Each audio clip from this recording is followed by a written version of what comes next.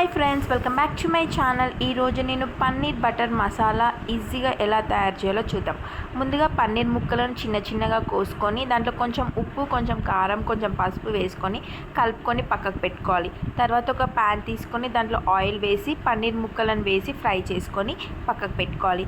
తర్వాత ఇంకొక కడాయి తీసుకొని దాంట్లో కొంచెం ఆయిల్, కొంచెం బటర్ వేసుకొని బాగా హీట్ చేసుకున్నాక కొన్ని మసాలాలు, ఆనియన్స్, టమాటా, పచ్చిమిర్చి వేసుకొని బాగా ఫ్రై చేసుకోవాలి.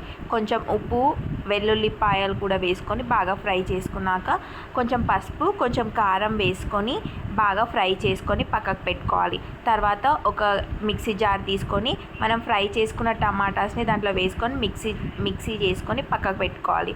తర్వాత అదే కడాయిలో కొంచెం బటర్ వేసుకొని కొన్ని ఆనియన్స్, కొంచెం ఉప్పు వేసుకొని ఫ్రై చేసుకోవాలి. మనం మిక్సీ చేసుకున్న ప్యూరీని దాంట్లో వేసుకొని బాగా ఫ్రై చేసుకున్నాక సరిపోయినంత ఉప్పు, కారం వేసుకొని బాగా కలుపుకున్నాక మనం ఫస్ట్లో ఫ్రై చేసుకున్న పన్నీర్ ముక్కలను కూడా వేసుకొని బాగా ఫ్రై చేసుకోవాలి.